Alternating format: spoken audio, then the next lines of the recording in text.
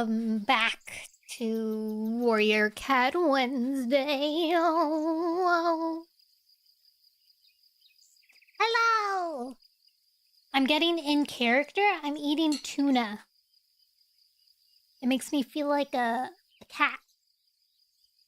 Where did we leave out of last time? Hi, Gume!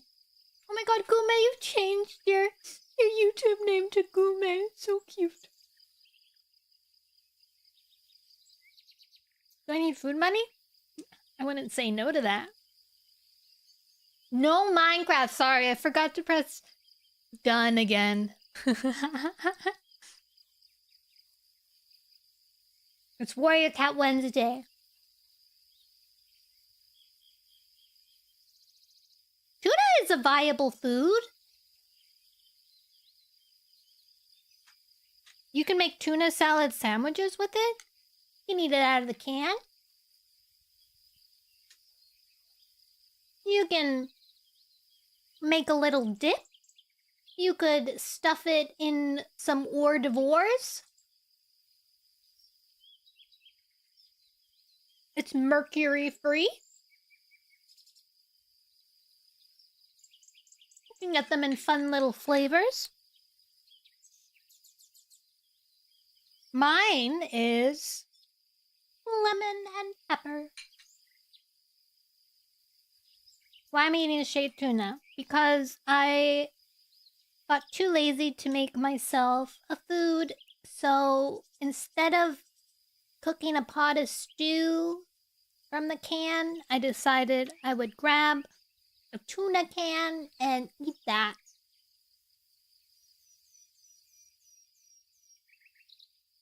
And it works doubly because I'm reading Warrior Cat, so it's like I'm getting ready. I'm getting in character. Not that wild cats actually eat fish usually.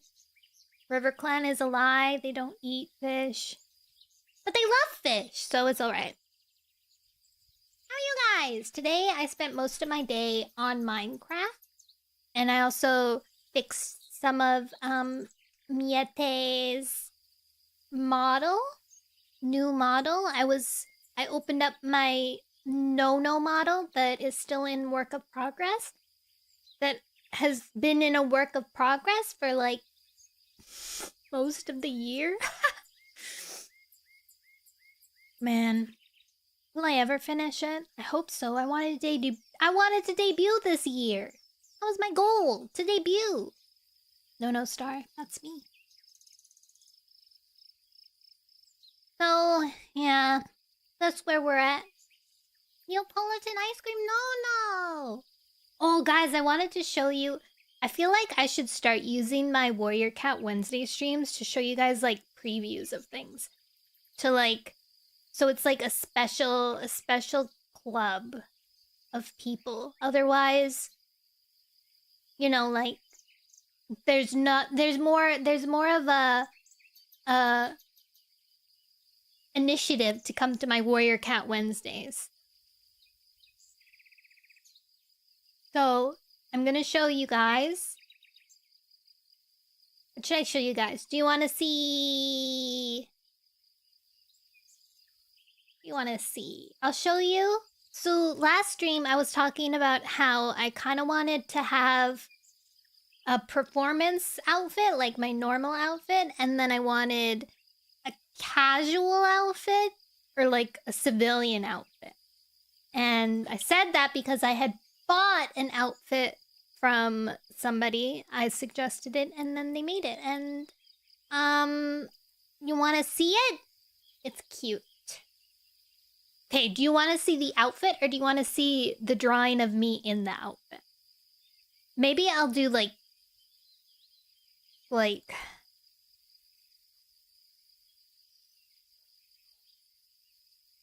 the outfit first, and then later you get to see me in the outfit.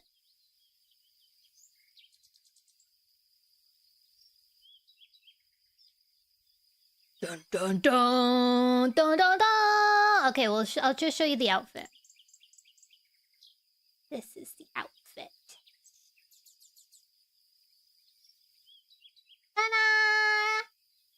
Isn't it cute? Casual. Can you picture me on it? It's got a little pop cup here, a little tiger guy. Isn't it cute? I really like, my favorite part is this part and the little like bracelets around the sleeves.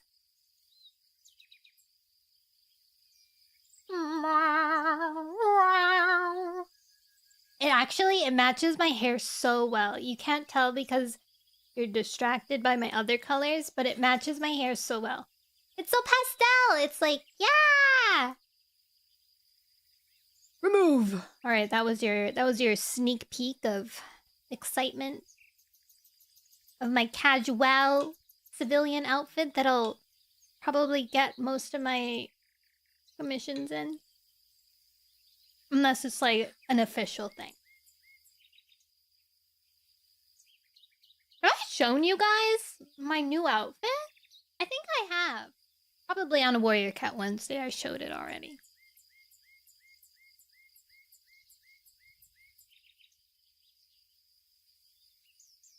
Hi, Overlord of Fire. Those are bubbles. Unrelated to fire. Okay. I'm almost done my tuna. Once we finish tuna, we can get right into it. Get right into the goods. I've been playing Minecraft a lot, as you all know. Somebody, I think it was Silver. I think Silver gave me a diamond pickaxe with silk touch, and I forgot what that meant until I was harvesting a bunch of... Because I needed a whole bunch of coal because I ran out of coal. So I was harvesting a bunch, and then I realized it had silk touch, so I was just collecting all the... all the blocks of it.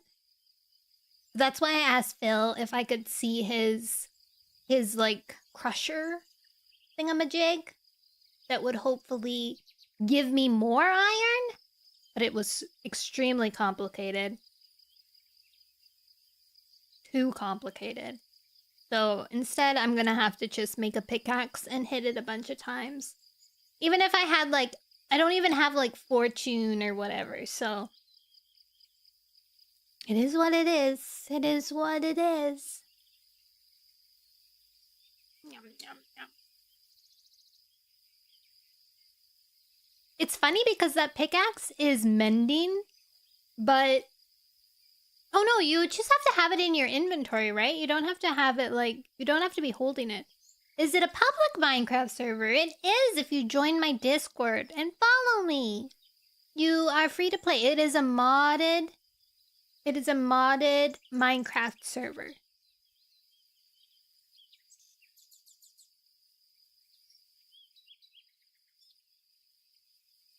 Holding, I'm pretty sure.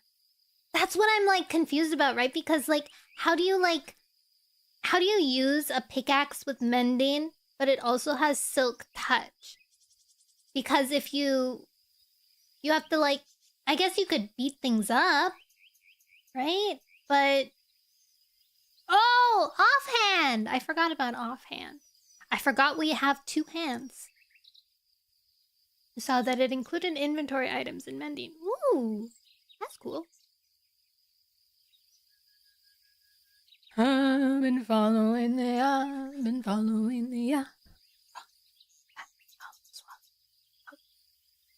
Gosh, tomorrow I have to go back to work. Every day I wish that I could be a streamer full-time. Oh, I found out that Life is Strange is a mystery. I never knew that. I found that out like 20 minutes ago. Because I was listening to an ad about it, and it was like a mystery. Isn't it? Maybe it was Life is Strange 2 or something. You were like explaining that you were like trying to to prevent someone's murder. Oh, no, I'm just surprised you didn't know. Oh. I think it's a mystery because there's a mystery afoot. As long as there's a mystery afoot, then I'd call it a mystery. Even if we're not like a detective, really, there's a mystery happening. We call them twists, but isn't the whole point like to prevent the murder, right? And a murder is a mystery. Who's killing? Who's doing the murdering?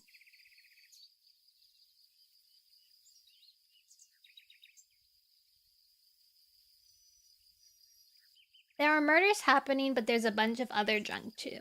Yeah.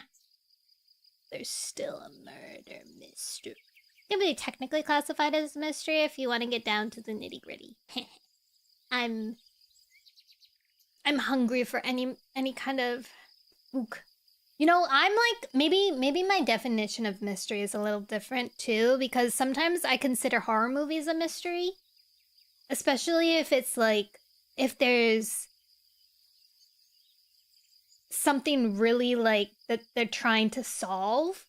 Like maybe the house is being weird and they're like, what's going on with the house? That would be a mystery for me. Even though it's technically a horror. Like I'm watching The Haunting of Hill House. I've seen it before already, but spoilers, there's the house and the house is haunting.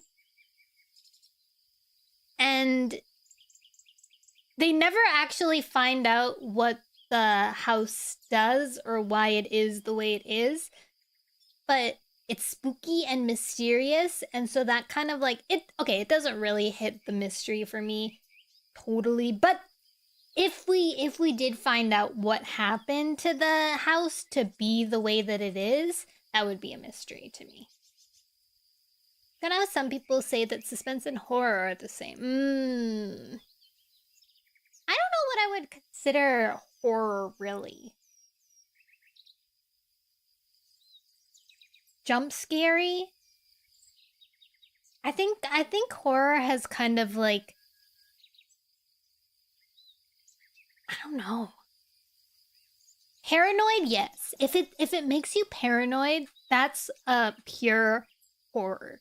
If it makes you like, I think the best part of horror movies is if you can predict what's about to happen. And you know it's gonna happen, and you're like, no. And then it happens, and it's worse than what you had thought of before. I think that's a good horror movie. Jump scares...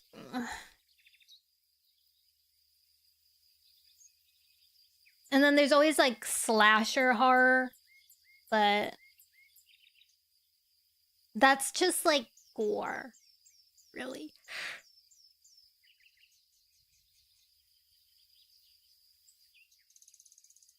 Like The Quiet Place?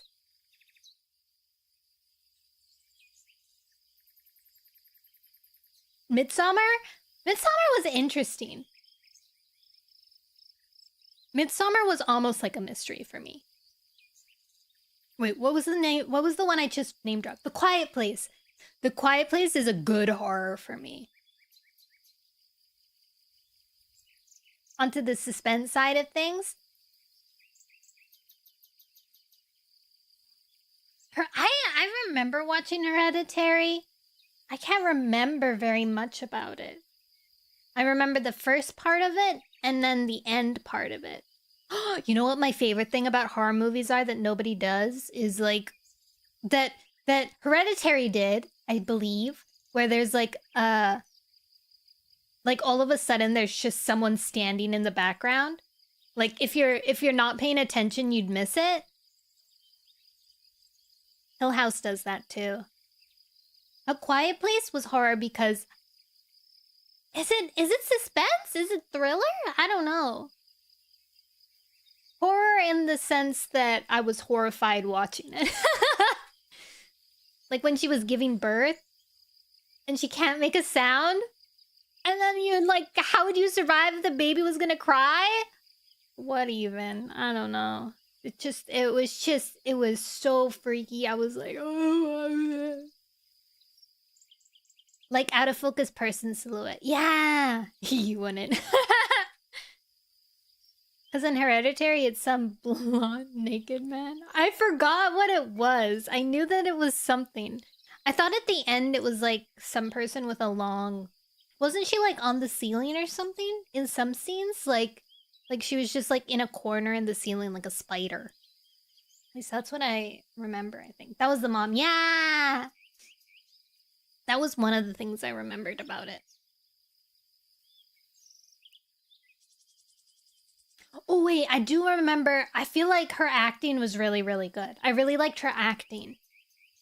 In like a very specific part, her acting was really good. Scene got me when she started banging her head on the attic door. Maybe that was the scene. I don't know. Maybe I have to rewatch it. Everybody said that the beginning part freaked them out the most. But it wasn't that freaky to me. Like, it was... I don't know. I guess that maybe is one of those things that you anticipate it happening. But did no one anticipate it would happen? Because I had anticipated it to happen. Or, I don't know why. Maybe it was just because it was awful.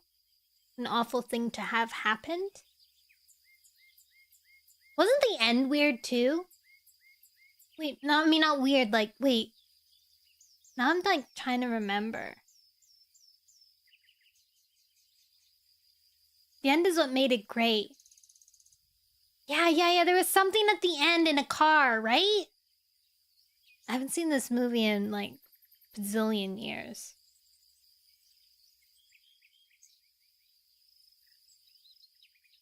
I feel like I remember having a lot of thoughts about it.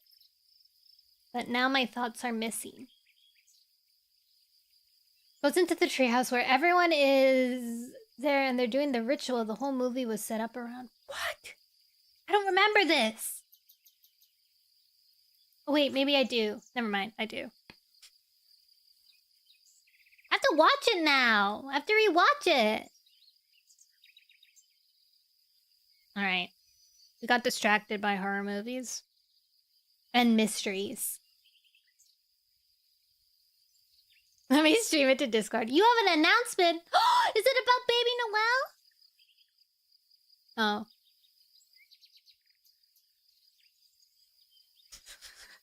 Me and Ven on the same page. We're like, baby? It's a mystery.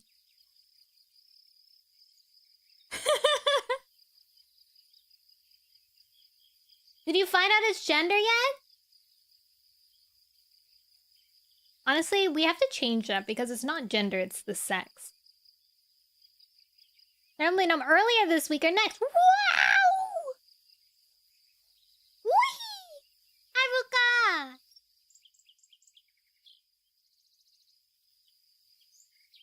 Now we'll know if it's Baby Noelle or Baby Noelle.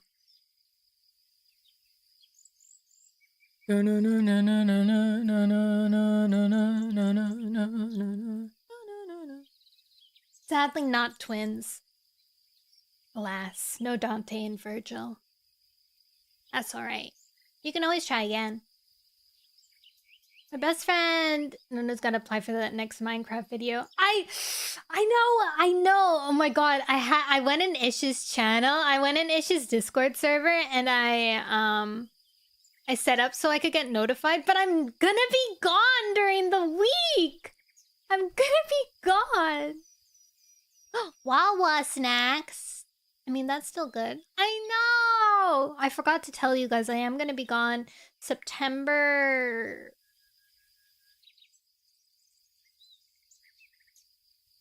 I don't know when it's gonna start exactly, but September 15th to the 25th-ish. Hi, Raj! Oops, oh my god, I've closed the chat. Sorry, YouTube chatters, if you were talking, I missed you. So yeah, I'm gonna be gone during, I was like, because it starts, right? There's like the first part, and I was like, oh my god, I just made it. But then there's a break, and then there's a second part that I wouldn't be able to do. So I guess I'll just have to wait until, that's gone. I wonder how often do they come up with one?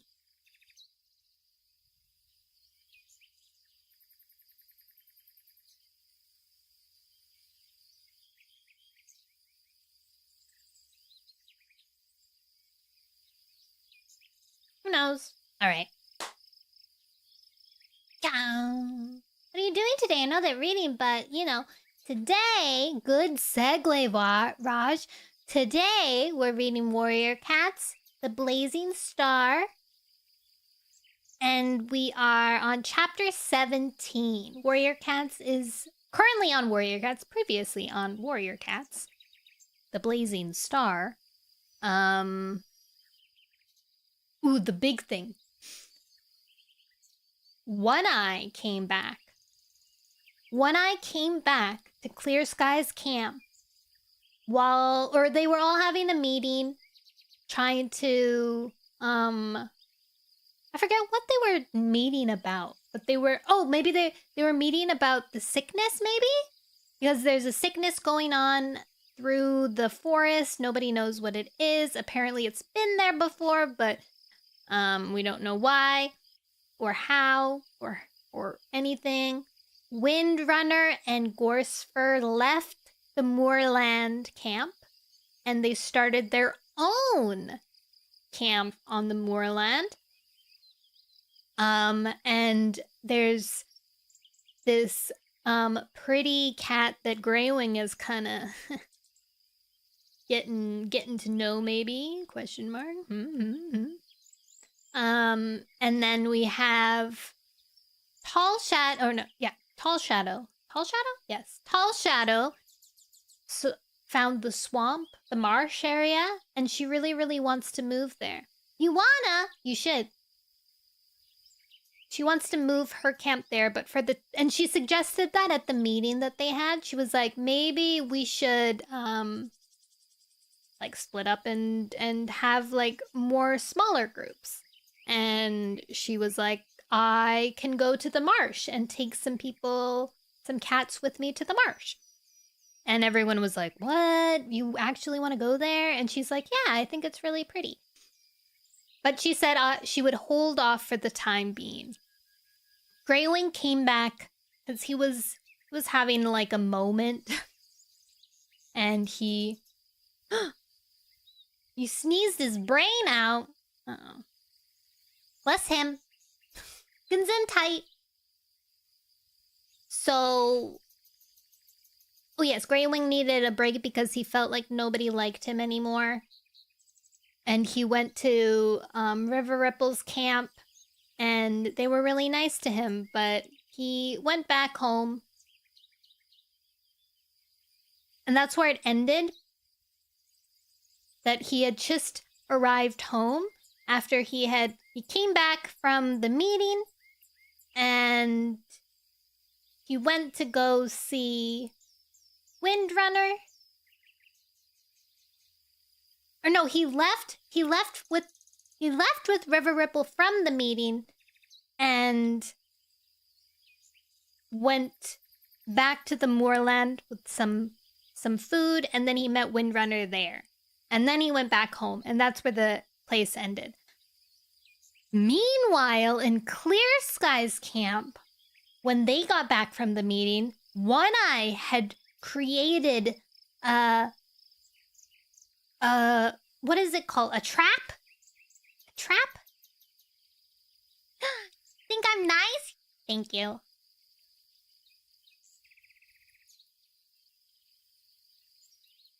And I hope I make the final reading so I can hear your thoughts on it. I have a lot. I'm excited to hear your thoughts.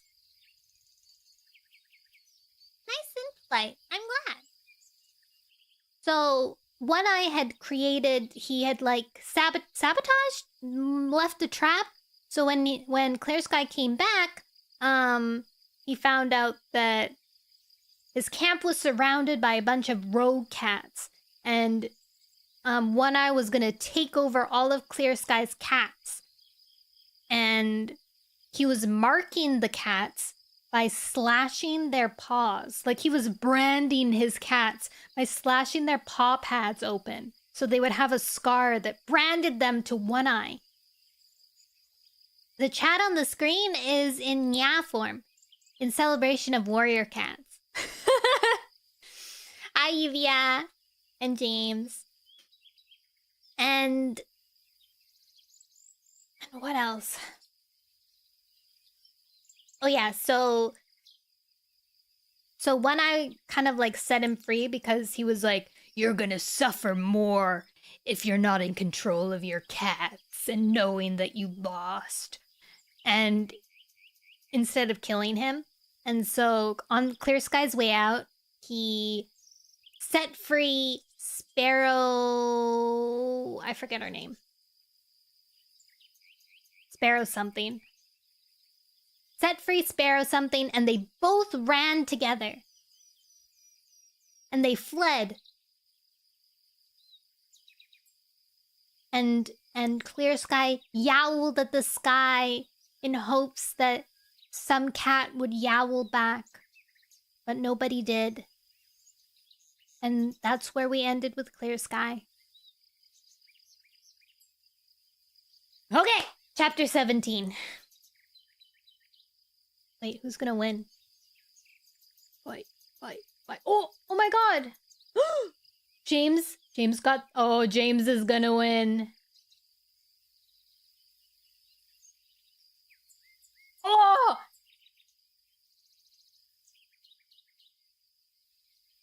Unless? Oh, no. Laggy changed his mind last second.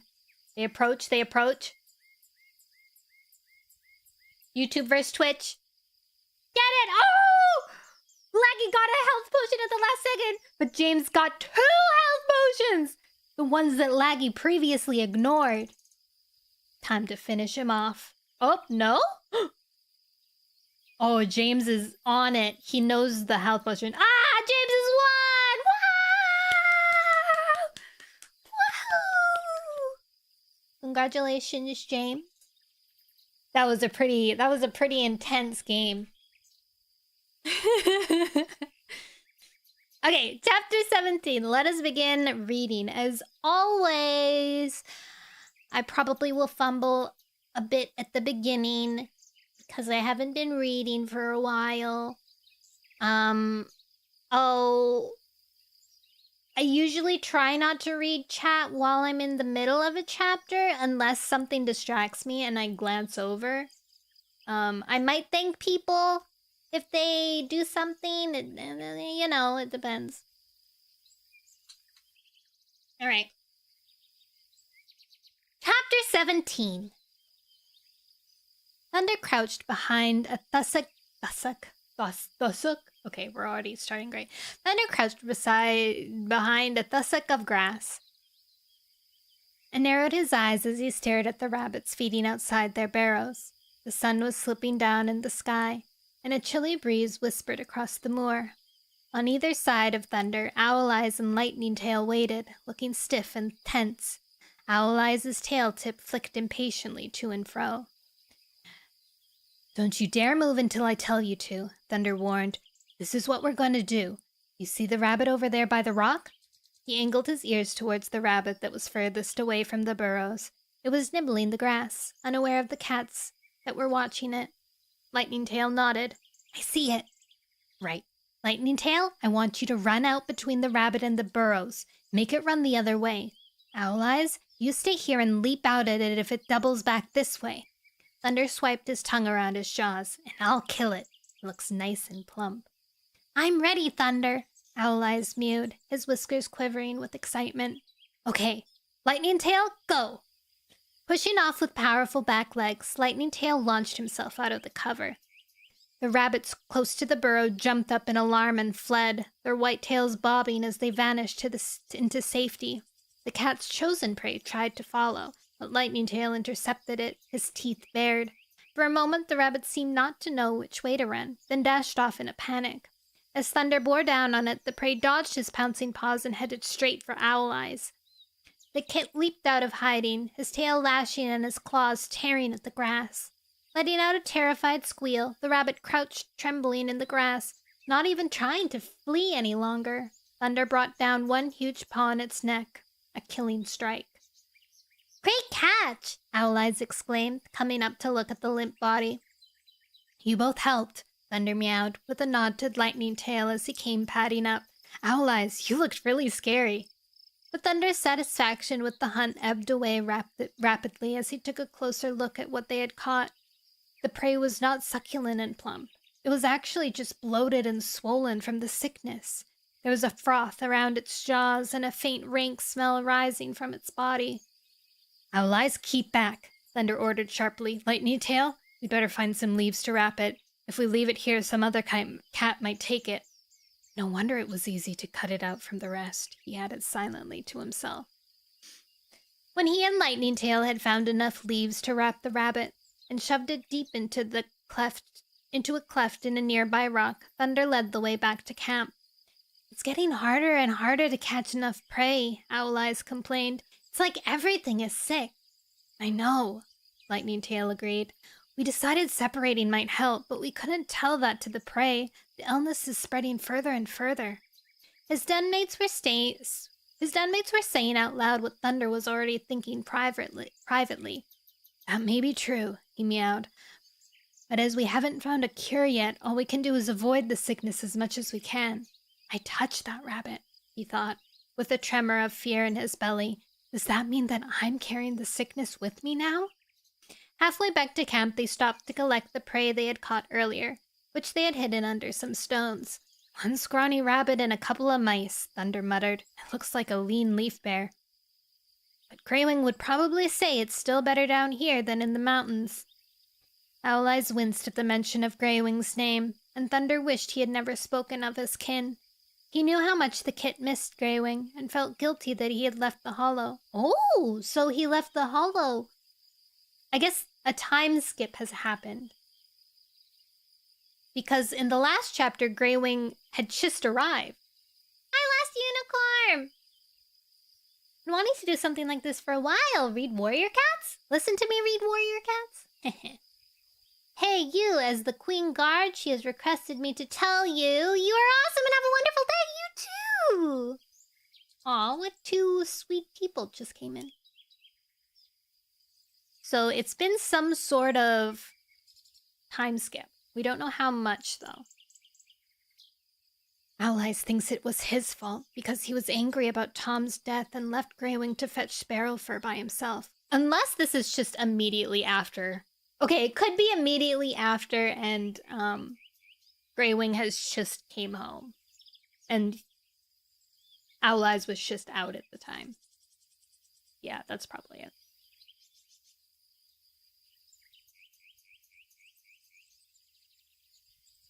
Yeah, I'm sure Greywing will be back soon. Yeah, never mind. Scratch what I said. There's been no time skip. "I'm sure Greywing will be back soon," Thunder meowed, rubbing his cheek against the other side of Owl Eyes' muzzle. From what I remember, it's either half a moon or a moon, but I could be wrong. Your memory would be crazy then. I think Greywing was gone for a half a moon or something.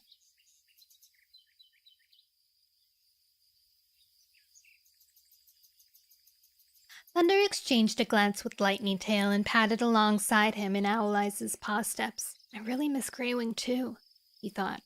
He regretted that he had taken his kin too much for granted over the last few moons, especially after Turtletail died. He mused.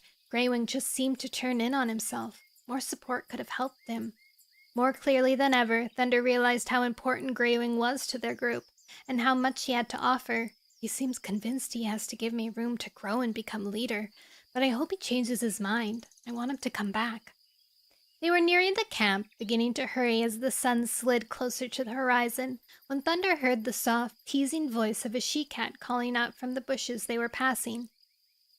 "That's not very much prey for a cat with such big paws." Thunder halted and peered into the bush. From the darkness between the branches, a pair of brilliant green eyes with star-like pupils stared back at him. His heart began to pound, and his mouth felt dry. It's her. His crush.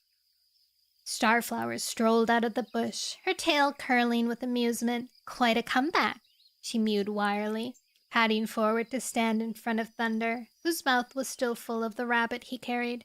Glancing at Lightning Tail, she added, "Is he always this talkative?" Thunder was surprised to see Lightning Tail narrow his eyes at the rogue she-cat. "Thunder doesn't really like strangers," he said evenly. "Not many cats do these days. Excuse us." While Thunder watched, bemused, Lightning Tail stalked off towards the camp. "He's jealous!" He paused a moment later when he realized that Thunder wasn't following. Before Thunder could call to his friend, Starflower had turned back to him. "It's early to be heading home," she meowed with a quick glance at the sky. "You're gonna miss a spectacular sunset. Besides, there's still enough light for me to show you a few killer hunting moves, if you're not too proud to learn." Thunder set down the rabbit he was carrying. "No, I'm not too proud," he said, his voice sounding high and unnatural, even to him. Why do I always have to behave like a mouse brain in front of the she-cat? He saw that Lightning Tail was giving him a look of annoyance. "Come on, Thunder," he urged. "We're needed back at camp." "Actually, we're not," Thunder retorted, forcing more authority into his voice. "You and Owl Eyes can manage the prey. I'll stay behind and catch something to eat by myself." Lightning Tail gave him an irritable shake of his head. "You know you were supposed to be keeping to ourselves because of the sickness," he mewed tersely. "After all, you helped make that rule."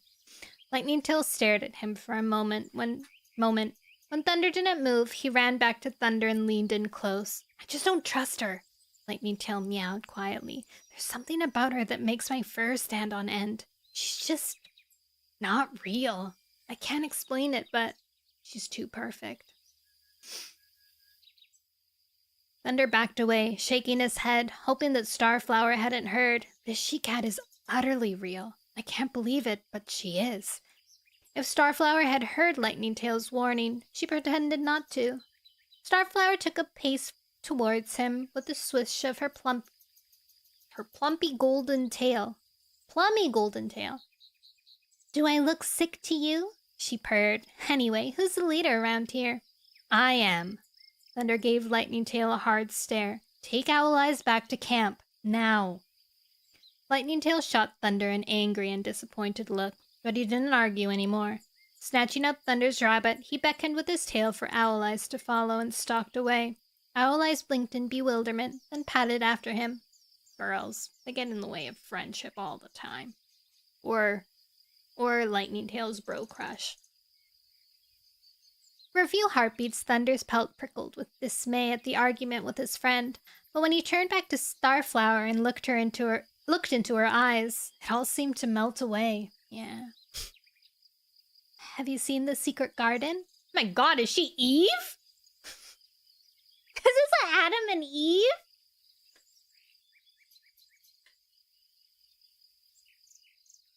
She asked him. Thunder had no idea what she was talking about, but before he could tell her, so she turned and sprang away. "Follow me," she called, glancing back over her shoulder. Thunder raced after her, exhilaration blowing through him like a gale. Everything looked new and wonderful to him. The sun slanting through the trees seemed to sparkle more brightly than before, and the air was full of delicious scents. Starflower led him towards the river, but before they reached it, she turned aside through a copse of thick trees where ferns still grew in luxuriant masses. Beyond the ferns, they came to the bank of a brook, which bubbled along over stones, then flowed down towards the river in a series of tiny waterfalls. On either side of the water, the grass was speckled by immeasurable flowers, releasing their scent into the cool air of leaf-fall. "They'll wilt soon," Starflower whispered as Thunder caught up with her. "Maybe even more maybe even before the sun rises again. We're so lucky to see such beauty before it's gone, aren't we? Thunder murmured assent. There had been so much stress in his life, so many questions that were difficult to answer, that he had never really been able to relax and enjoy beauty like this secluded spot. It's wonderful here, he agreed. A sudden thought struck him, and he continued, You love flowers so much. Do you know one called the blazing star? Starflower nodded. Sure. It grows mostly on the other side of the thunder path, she told him. Why do you want to know? Oh. Did she hear all the other cats at Four Trees talking about the spirit cats? If I bring them up and she didn't, she'll think I have bees in my brain. Some cat mentioned it. Do you know what it's used for? It's a healing herb, Starflower responded. Really? Thunder felt a prickle of excitement in his pads. That's useful to know. He looked forward to telling his den mates what he had discovered. And then let Lightning Tail say that I shouldn't talk to Starflower. If only we'd known that before poor Morning Whisker died. He added to himself with a stab of sorrow. Maybe this herb can help against the sickness. Starflower sat down on a hillock overlooking the water and beckoned Thunder to join her with a flick of her tail. Tell me about yourself, she meowed as she settled down beside her. Were you born here on the moor? Not exactly, Thunder replied. Without realizing how it came about, he found himself telling Starflower about Clear Sky and Storm, how his mother and his litter mates had died when the two-legged den where they lived was destroyed, and how Greywing had rescued and raised him. But what about Clear Sky? Starflower asked. Don't tell me he didn't want a fantastic cat like you. Thunder shrugged. Clear Sky rejected me. Twice, actually. Once when I was a kit, and once when I challenged the way he ran his group. That's dreadful. Starflower's voice was a sympathetic purr. Clear Sky must be a terrible cat with deep weaknesses. Doesn't he know that family is more important than anything? He's not really weak, Thunder mewed, feeling uncomfortable discussing his father like this. He made mistakes, but he made them while he was trying to do what he thought was for the best. Hoping to change the subject, he added, Anyway, what's your story? I've never seen you before that meeting at the Four Trees. Oh, I was born on the moor, Starflower told him, but I mostly kept to myself until I heard about cats forming groups. I decided to go to the Four Trees and find out more, and then I saw you. You don't seem like other rogues, Thunder meowed. Starflower's green eyes glinted with amusement. What do you mean? Well, Thunder ducked his head in embarrassment. You're sort of softer and more beautiful was the word that he wanted to say, but held his tongue. I take very good care of myself, Starflower murmured with a twitch of her whiskers. Look at the sunset, she went on, gazing up into the sky, where streaks of scarlet and gold were staining the blue. Thunder's gaze followed hers, and he let himself relax and enjoy the beauty that was blazing above his head. When Starflower leaned closer to him and laid her paw over his, he thought that he would burst with happiness. The soft touch of her pelt sent warmth flooding through his fur, and her sweet scent drifted around him. I've never felt like this before. Wow. Thunder's heart thumped even harder, and he wondered how he could ask Starflower if she might be ready to join a group. His group. He was sure that if she would agree to come and live with him, he would be able to smooth over any problems with Lightning Tail or the others. If they only knew her like I do. He's Twitter-padded right now. He was desperate to ask her, but he couldn't think of the right words. His tongue felt as dry as a dusty path in Greenleaf. Before he could decide what to say, the light in the sky began to fade. Starflower suddenly twitched her ears and sprang up. Well, she meowed, that was magnificent, but it's starting to get dark. We should go home. Where is your home? Thunder asked. Starflower brushed her tail along his flank. I'm not ready to tell you that yet, she replied. I'm sure I'll see you again. Thunder had no time to respond before she whirled around and vanished among the trees. He raced after her, pushing his way through the ferns, but when he burst out into the open, there was no sign of the beautiful she-cat. He had no choice but to make his way back to camp, his heart still pounding. Did that just happen? He asked himself. Was it real? And when will I see her again? The sky was clear, and the last of the daylight was enough to guide Thunder as he loped across the moor. Once or twice he thought he heard paw steps following him, but once the rustling of a gorse bush after he passed it. His pads tingled with apprehension, and when he spun around to see if some creature was following him, he saw nothing but the empty moor. Bye, unicorn! I wish it had been Starflower, he thought longingly. When Thunder arrived back home, all thoughts of the golden she-cat were driven out of his head. He was amazed to see both Greywing and Clear Sky sitting at the edge of the hollow with Tall Shadow. Greywing! Thunder yowled excitedly, racing up to them and skidding to a halt in front of his kin. You're home! Purring loudly, he brushed his muzzle against Greywing's shoulder. Yes, I'm home, Greywing responded with a sigh. It's good to see you again, Thunder. And you. Thunder turned to Clear Sky. You're becoming a familiar face around here, he added wryly. As soon as he had spoken, he realized how serious every cat was looking. Clearly, this wasn't the right time for humor. Where have you been? His father demanded. Lightning Tail said you'd gone off with some rogue she-cat. We have a crisis here. One Eye has taken over my camp. Thunder gaped at him. That's not possible, he gasped. Why would your cats let him do that? They had no choice, Clear Sky retorted bitterly. One Eye has brought in a whole bunch of rogues. I don't know where he found them, but they're mean and fierce. Now Greywing looked at Thunder. There's even worse news, he said, rising to his paws and leading Thunder down into the hollow, toward the nest that Jagged Peak shared with Holly. Thank you for the follow, Rescue Tiger! Fellow tiger, I see.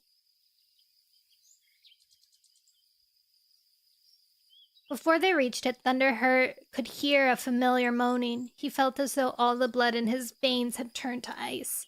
Jagged Peak was crouching outside the nest and sprang to his paws as Thunder and the others approached. It's Holly! He exclaimed. She has the sickness! Oh yeah, I forgot to say Jagged Peak and Holly are expecting kits. Or Holly is expecting Jagged Peak's kits. Chapter 18.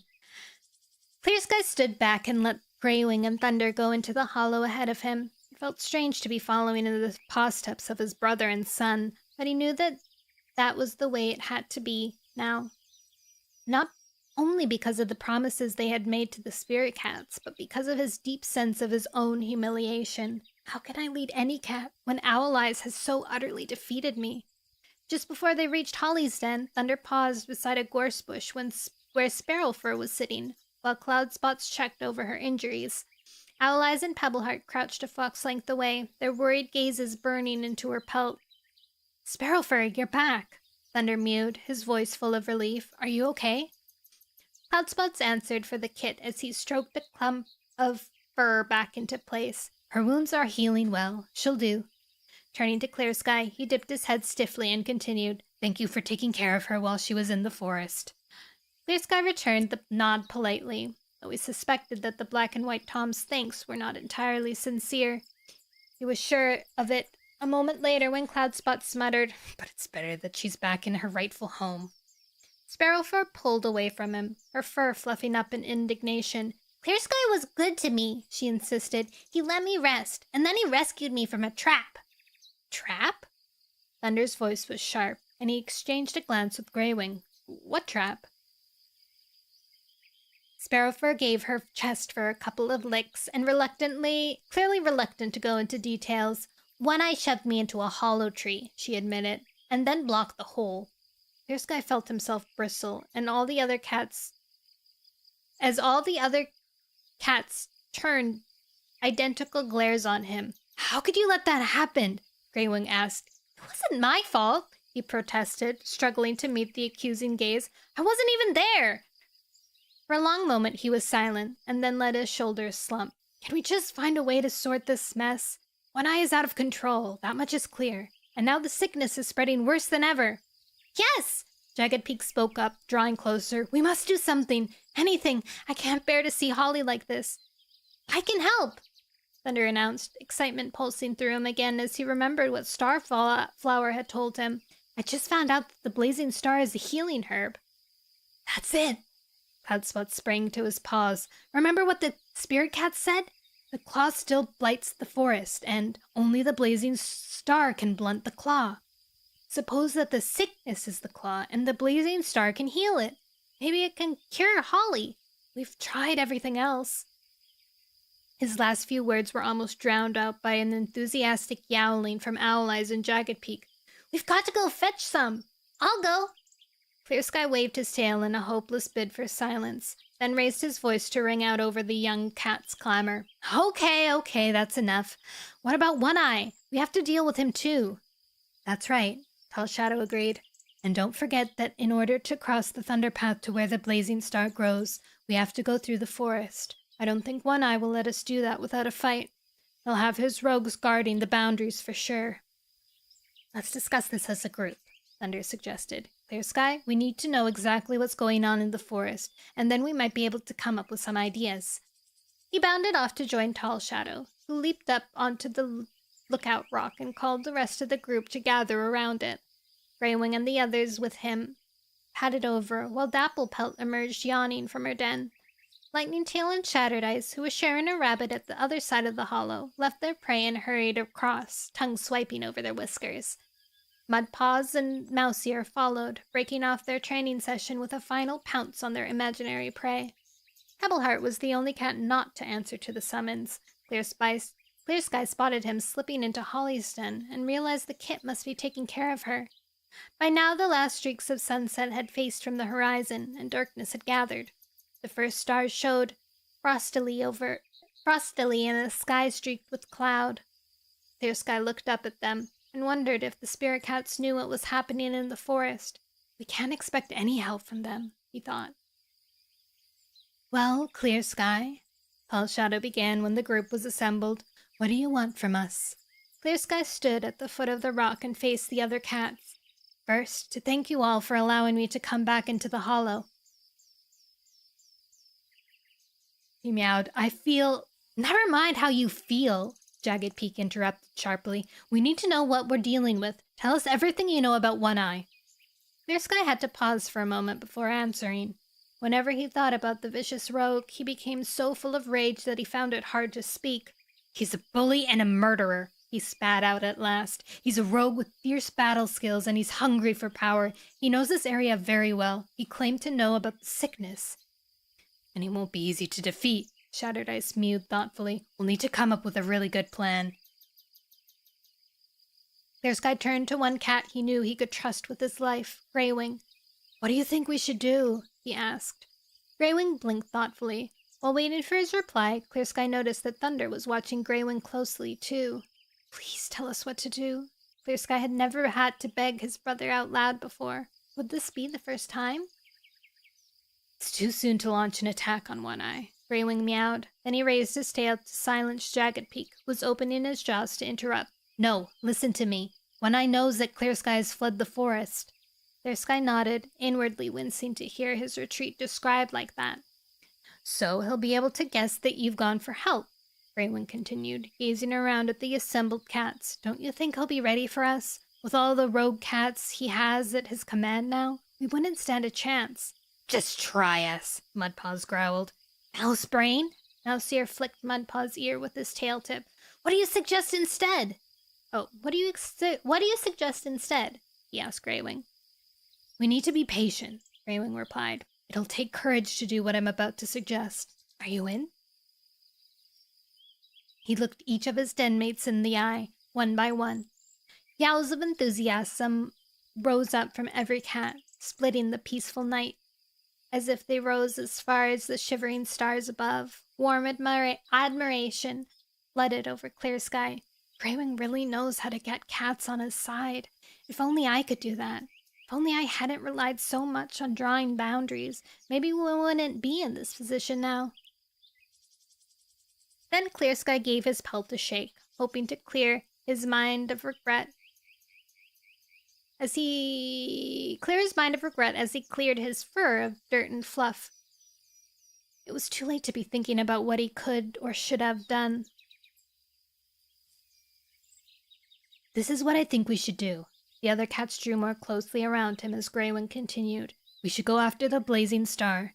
The samples we brought back before all dried up before we could figure out how to use it. Holly needs it badly, and if we have it, we can heal any other cat who falls ill. That means we'll be in a stronger position if, and I mean if, we do decide to take on One Eye.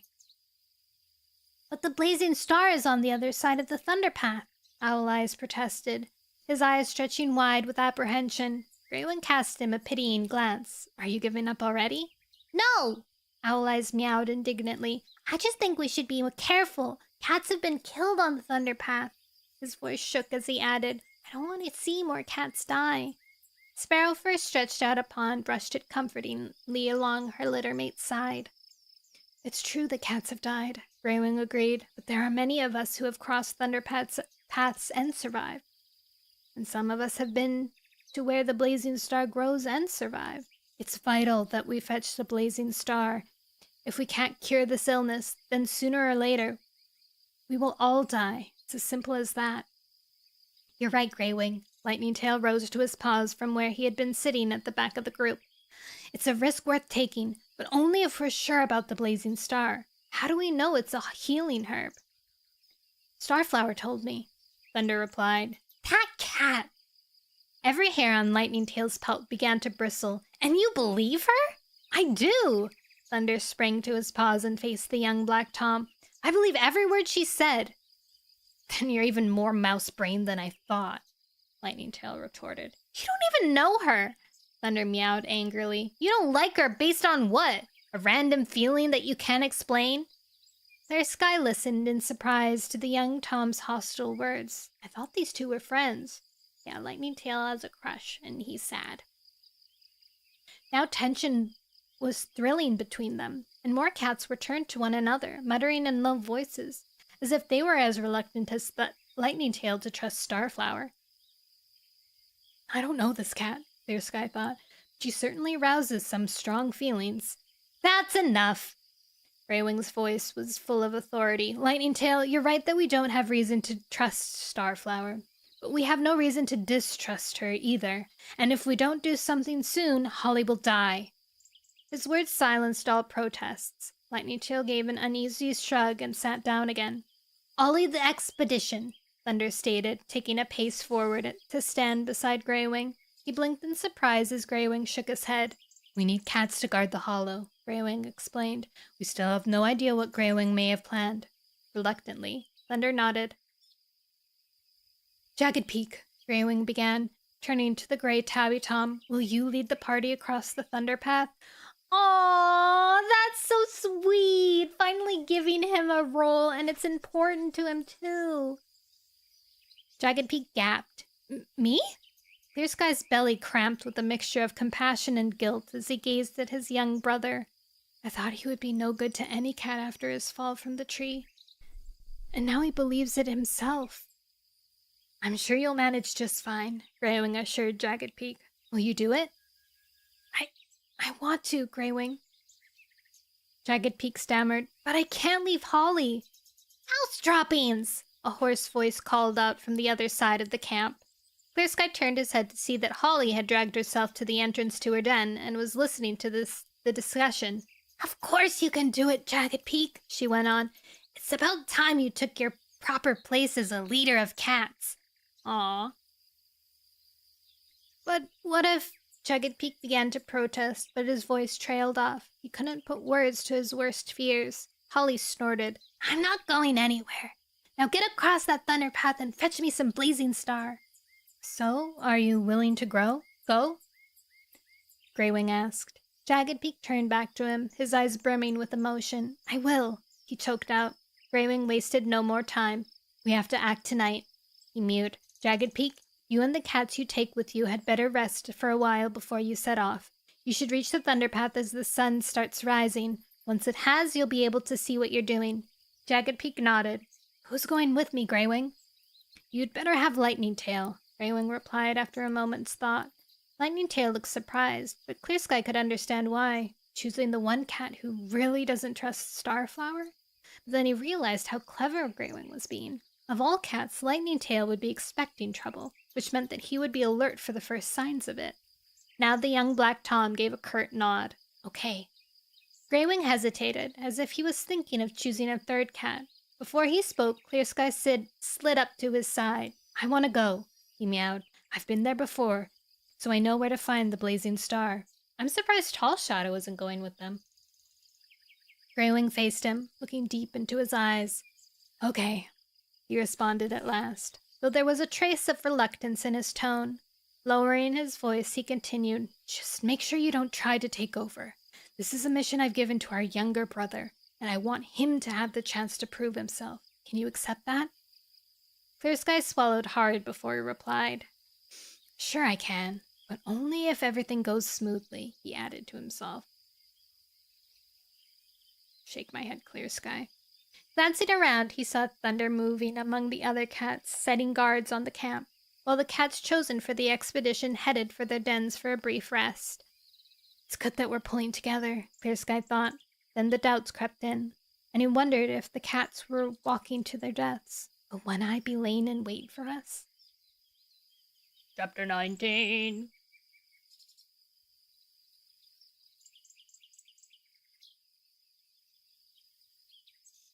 Wawa.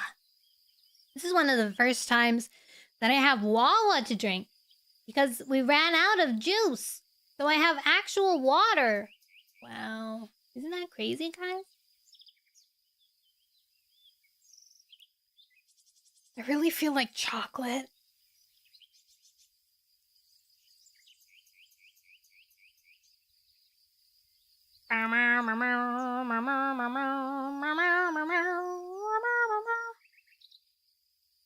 Sorry, I was getting rid of some notifications on my phone. I think it's kind of crazy that you're drinking juice only, not water.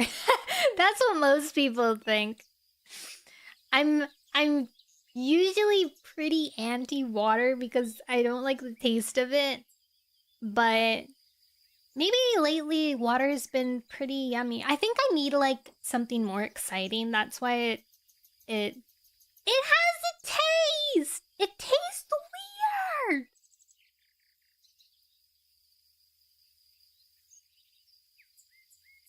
I need like a little mouth feel for it, you know? Like that's why I really like sparkling water or like flavored water that is carbonated, because then it's more fun to drink. Could be the water in your area. It could be, you're right.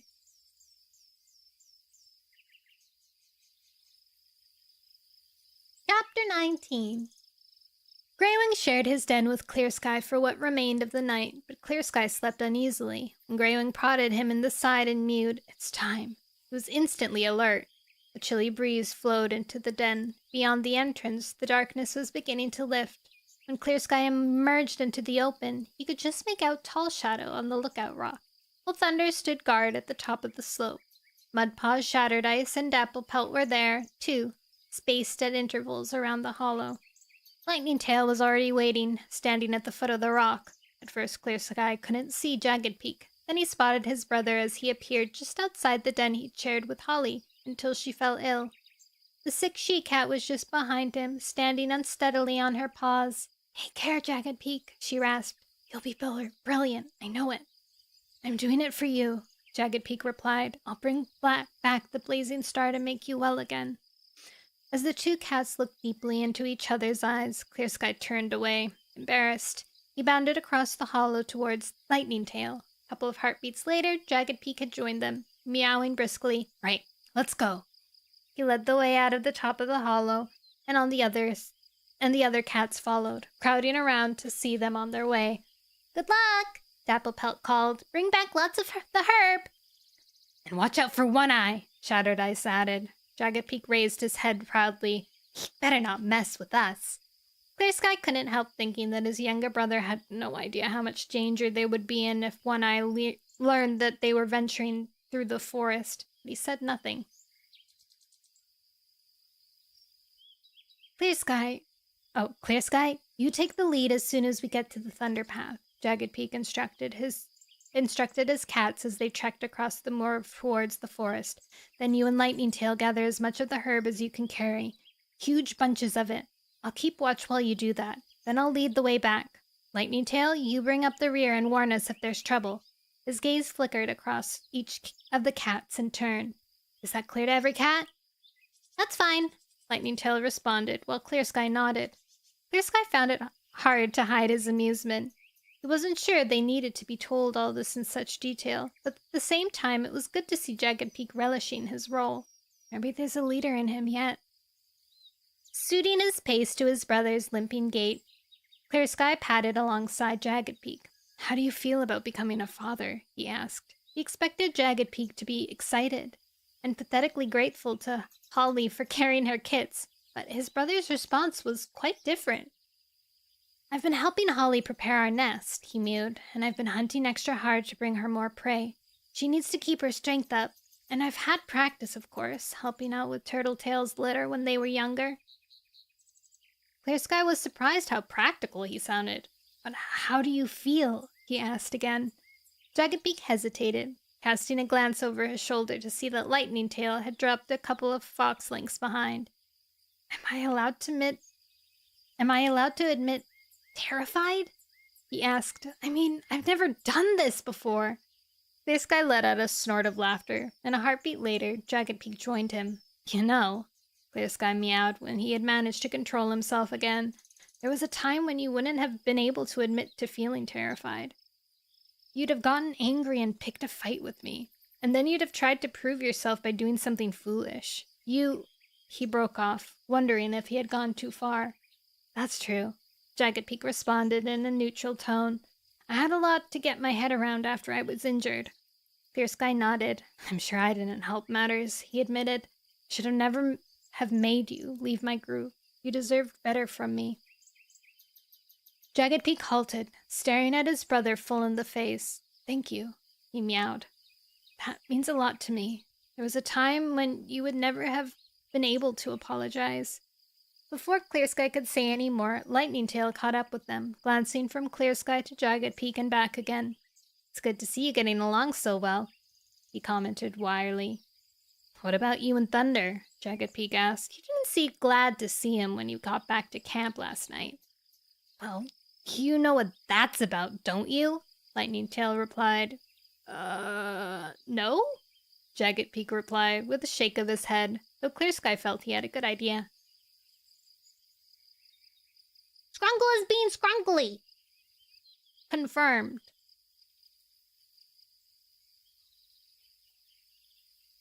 Lightning Tail let out a small yowl of frustration. That she-cat Starflower's got Thunder in a trance, and he's too stupid to see what she's doing. What is she doing? Clear Sky asked. I don't know exactly, he meowed slowly, obviously trying to keep calm. But something about her is not quite right. It's clear to me that she's up to something, and if Thunder weren't so taken with her, he would see it too. Lightning Tail declared, the fur on his shoulders rising. Let's not leap to judge other cats, Jagged Peak meowed. If it was Starflower who told us that the blazing star can heal, remember? Right, and I still don't believe it. With that, Lightning Tail gave a shrug and stalked into the lead. By the time they had reached the outskirts of the forest, the leafless trees stood in front of them in a dark and threatening line, barely visible in the first faint light of dawn. You could.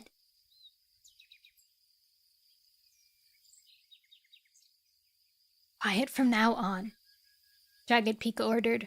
We have to get through here without alerting One Eye. Clear Sky, can you take us the quickest route to the Thunder Path?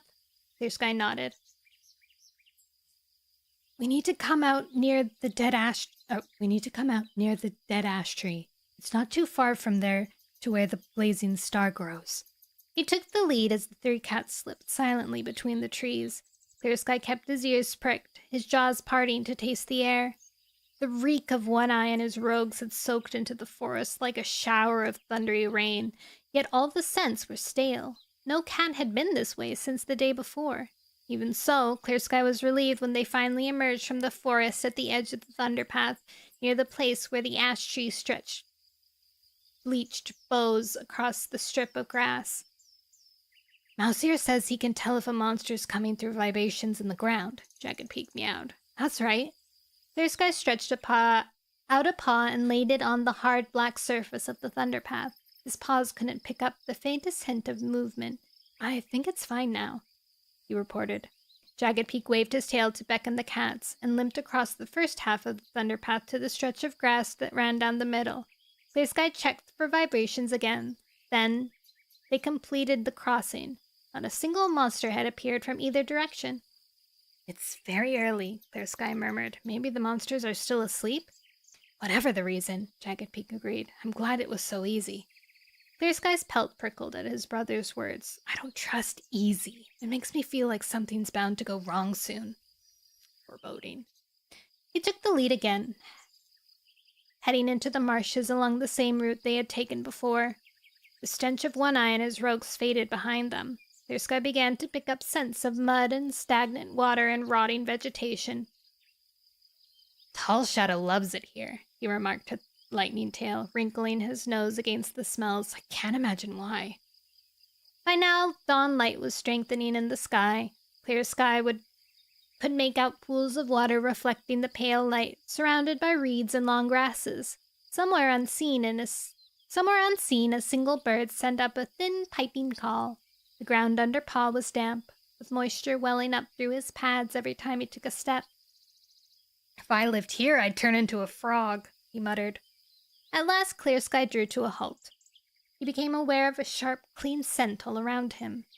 The outlines of spiky branches were visible against the sky, bearing yellow, five-petaled flowers. This is the place, he mewed. He and Lightning Tail set to work biting off stems, while Jagged Peak climbed to the top of a hillock and kept watch. By the time they had amassed a huge mound of the herb, the sun was up, shedding cold, clear light over the marshes. Birdsong was all around them, and a breeze rattled the tops of the rushes. All right, now I can almost understand what Tall Shadow sees in this place, Clear Sky thought. I just wish I could believe Starflower was telling the truth. Lightning Tail meowed, contemplating the heaps of flowers. It would be so wonderful if this stuff really could help Holly. Let's hope it will, Clear Sky responded. He thought of Petal and the kits and the other cats, cut off from him now in One Eye's camp. One Eye had said other cats would get sick and were as good as dead. Had any of them gotten the sickness? I wish I could take some of them to take some of the blazing star just in case, he thought anxiously. What if One Eye takes advantage of the situation? Then he gave his pelt a shake. You stupid furball! Of course One Eye will take advantage. Come on, he called to the others. It's time we were getting back. He and Lightning Tail divided the herbs between them, gripping them tightly in their jaws while Jagged Peak took the lead, glancing warily around as they headed back to the Thunder Path. While they were in the marshes, it seemed the monsters had woken up and were roaring angrily. Their acrid tang rolled over the cats as they approached the Thunder Path and watched the glittering creatures speed past in front of their noses. The wind of their passing buffeted the cat's fur, and they choked in the reek they left behind.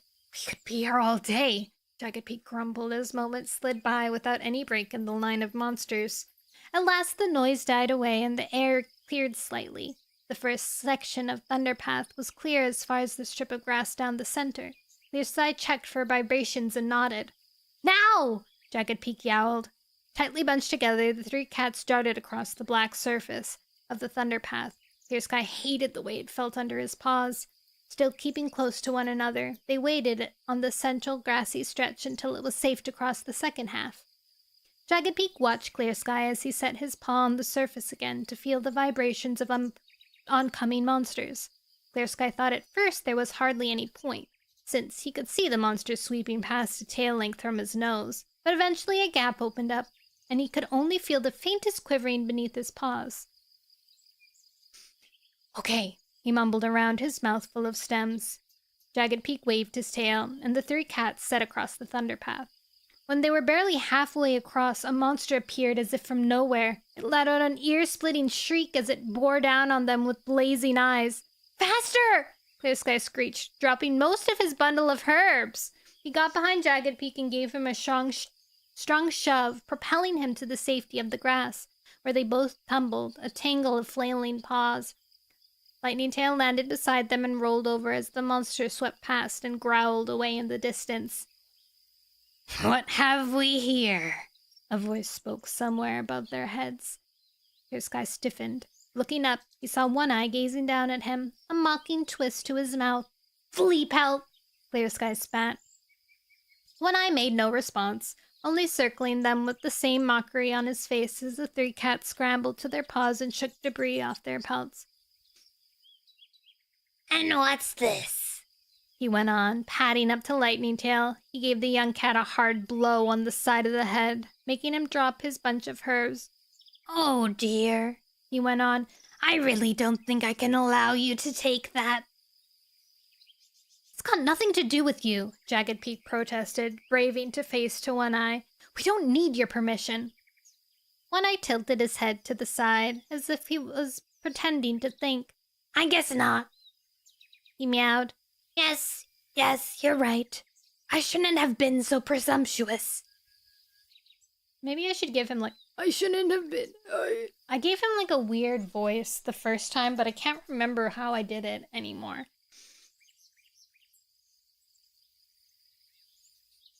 Clear Sky watched the rogue cat warily. He knew this had to be a trick. A moment later, One Eye's glance grew icy, and his voice was clipped and cold. "Rogue cats, attack!" he commanded, stepping aside. Oh, man. Clear Sky stared as One Eye's rogues streamed out of the undergrowth.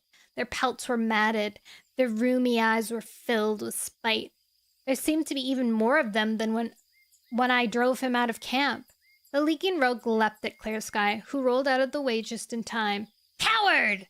One Eye sneered. "You'll never win a fight with me one-on-one." With a snarl of rage, Clear Sky hurled himself at One Eye, but the weight of several rogues landing on top of him bore him to the ground. Twisting his head to one side, he saw that Lightning Tail and Jagged Peak were lashing out at the mass of rogue cats who were attacking them. In spite of their scrawny bodies, One Eye's followers were vicious fighters. "We're hopelessly outnumbered," Clear Sky thought, as two rogues bundled him to the ground. With a pang of pure horror, he saw that two more rogues were facing Lightning Tail back into the thunder path. Almost under the crushing black paws of the passing monsters, Clear Sky heaved at the rogues who were pinning him down, but their weight was too much for him to throw off. "There's nothing I can do." Then a yowling sounded from the other side of the bramble thicket.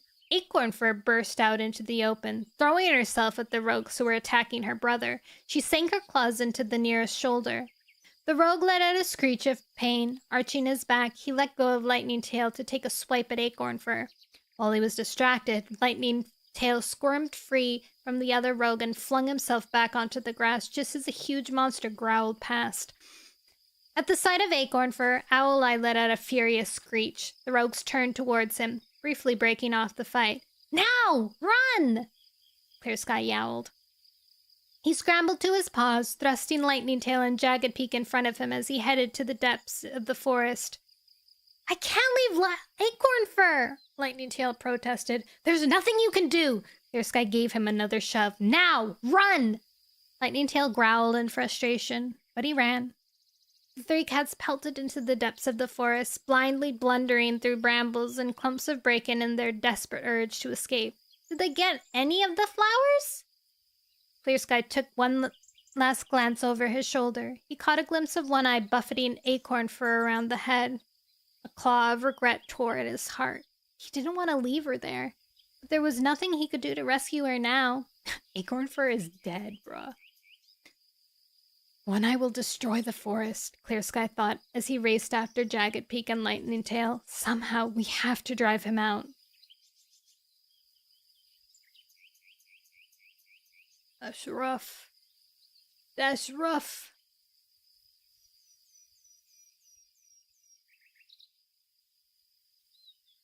Chapter 20. Clear Sky and his companions slowed their pace when they realized that One Eye and his rogues weren't pursuing them. Their route back to the moorland hollow had never seemed so long.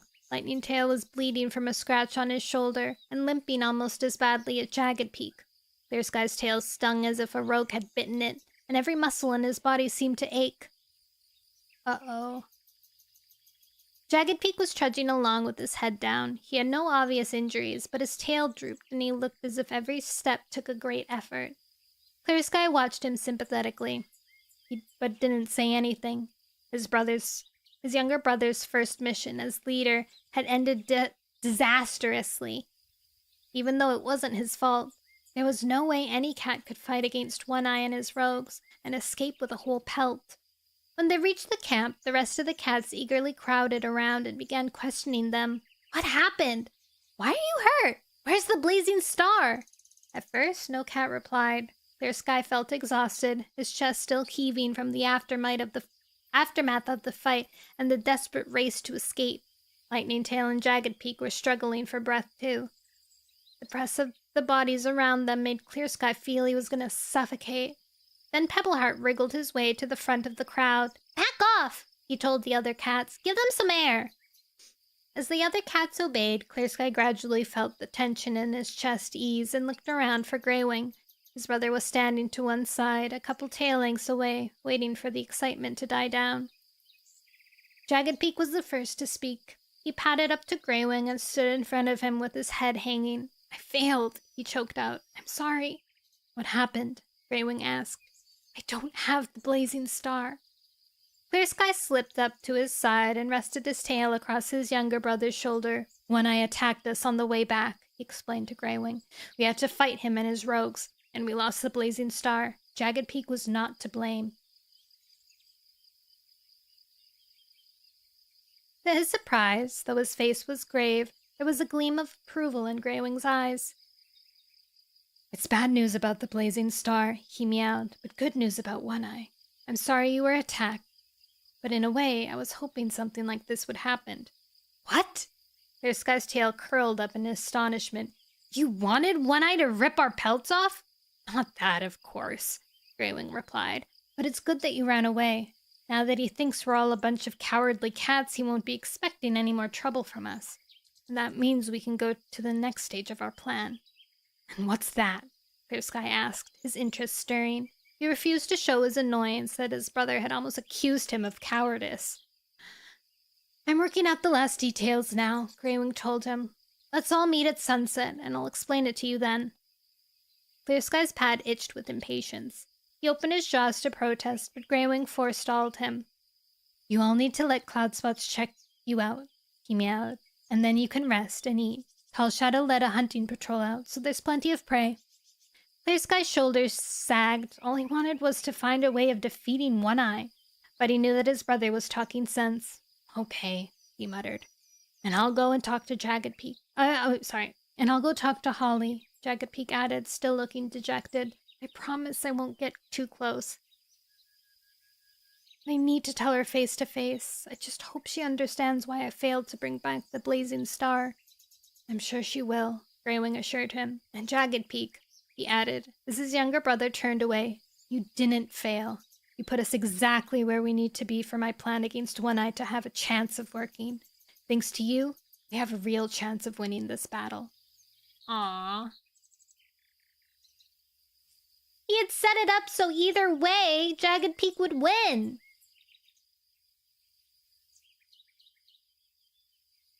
Even Greywing has grown up. Let all cats gather together at the foot of the rock. The sun was going down, streaking the sky with scarlet, when Tall Shadow's yowl echoed around the camp.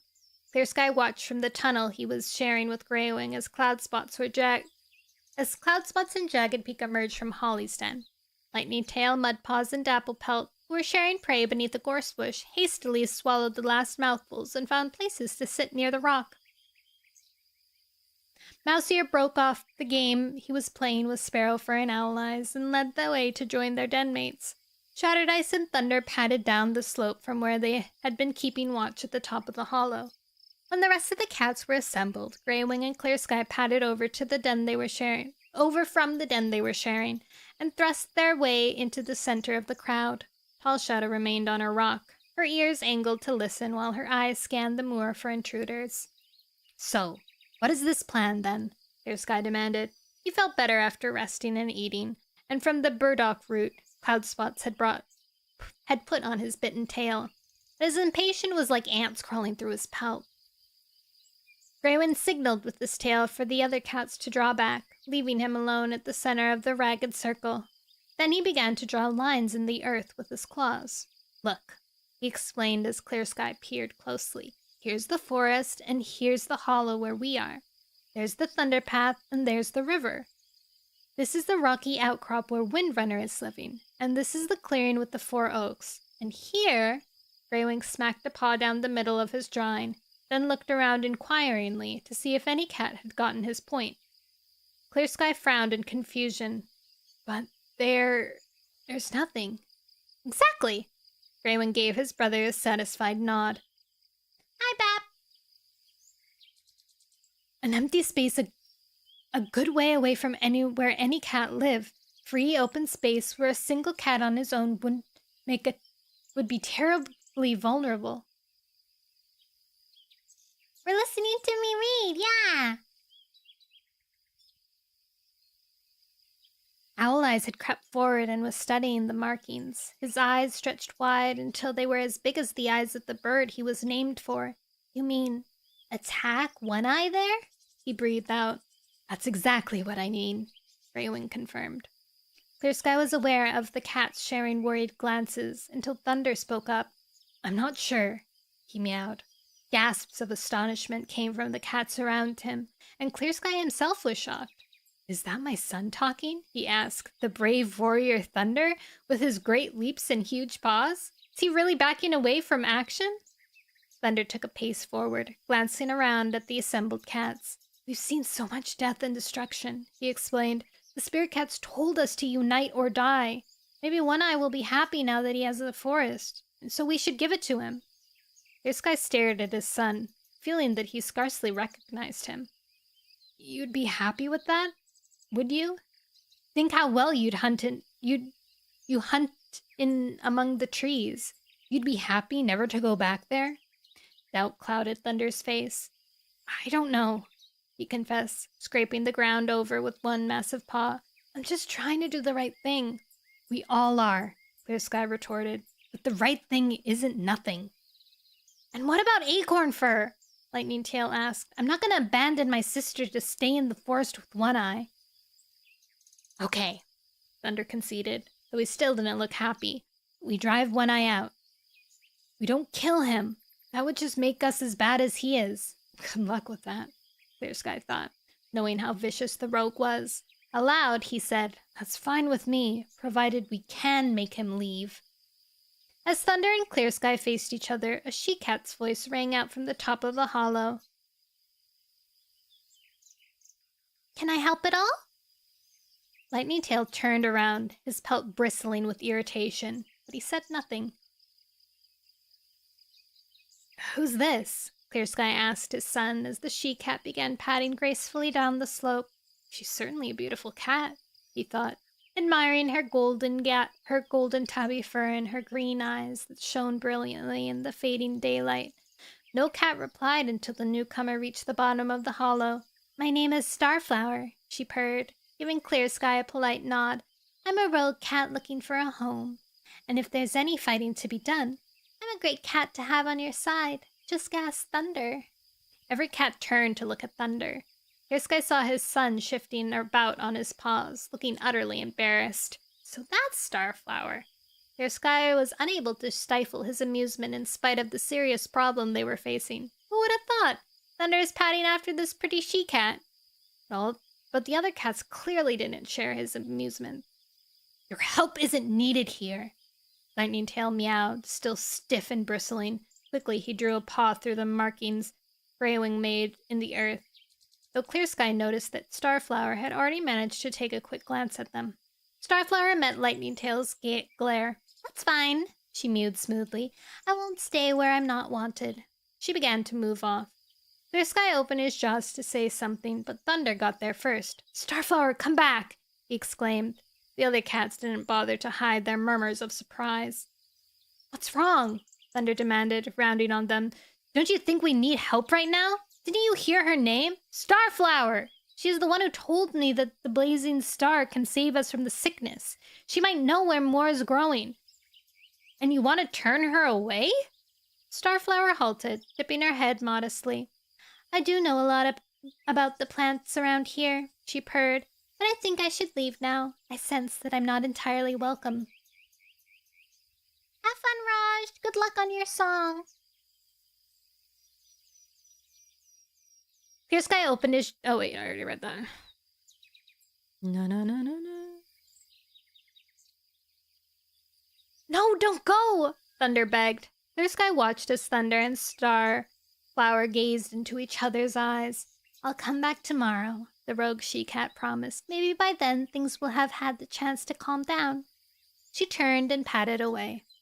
As he faced the group of cats again, Thunder's eyes blazed with fury and he flexed his claws angrily. Thank you for your support, he choked out, his voice thick with sarcasm.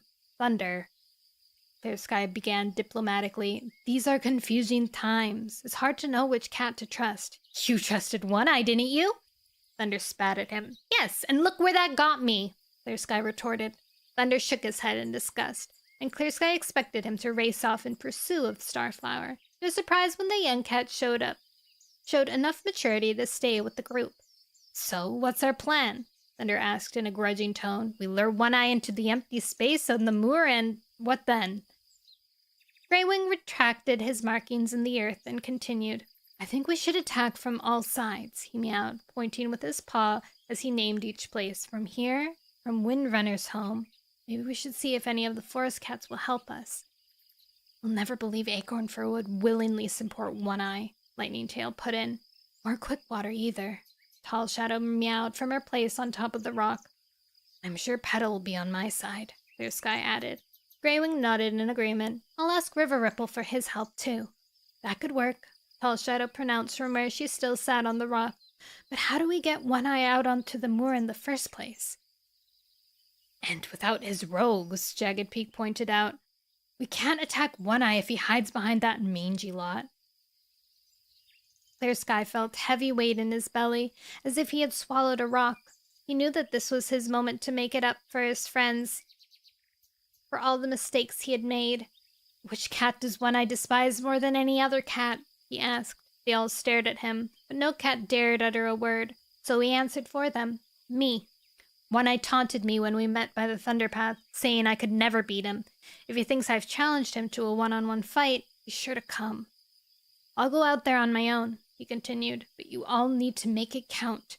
If you don't spring out in time, I'm a dead cat. Clear Sky, you can't, Greywing protested. It's too dangerous.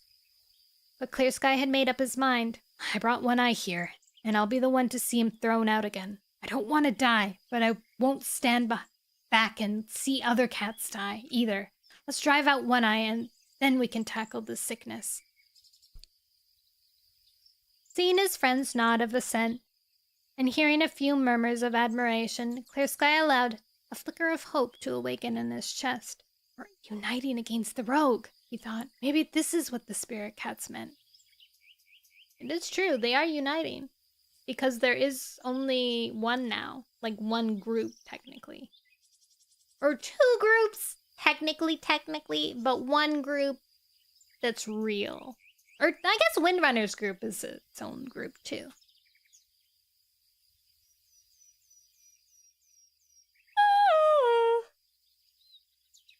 I'm curious about Starflower and that other girl, the girlie in Windrunner's group.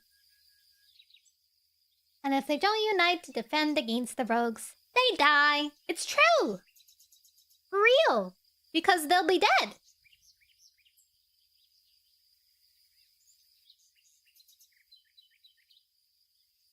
I'm craving so much chocolate, and for what? For what? Oh, oh my god, I have a chocolate melter. I forgot I had that. Oh my god, I wonder if the chocolate is still okay to eat. It's been like a year, maybe 2 years. I think it's still okay. I haven't opened one. I guess I'll read the thing. Thank you for the stream. Bye, James. Have a good time at dinner. It's probably fine. Yeah, that's what I think. I'm gonna make some after stream.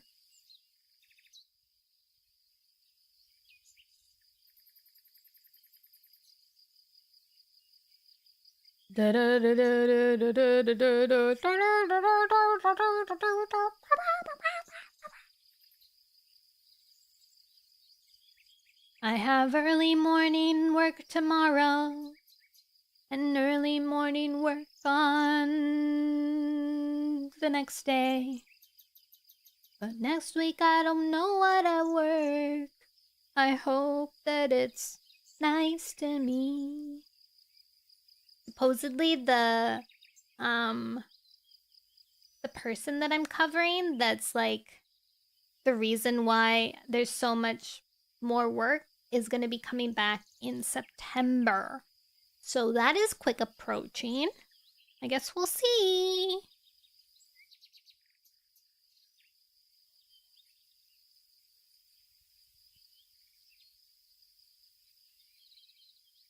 Alrighty.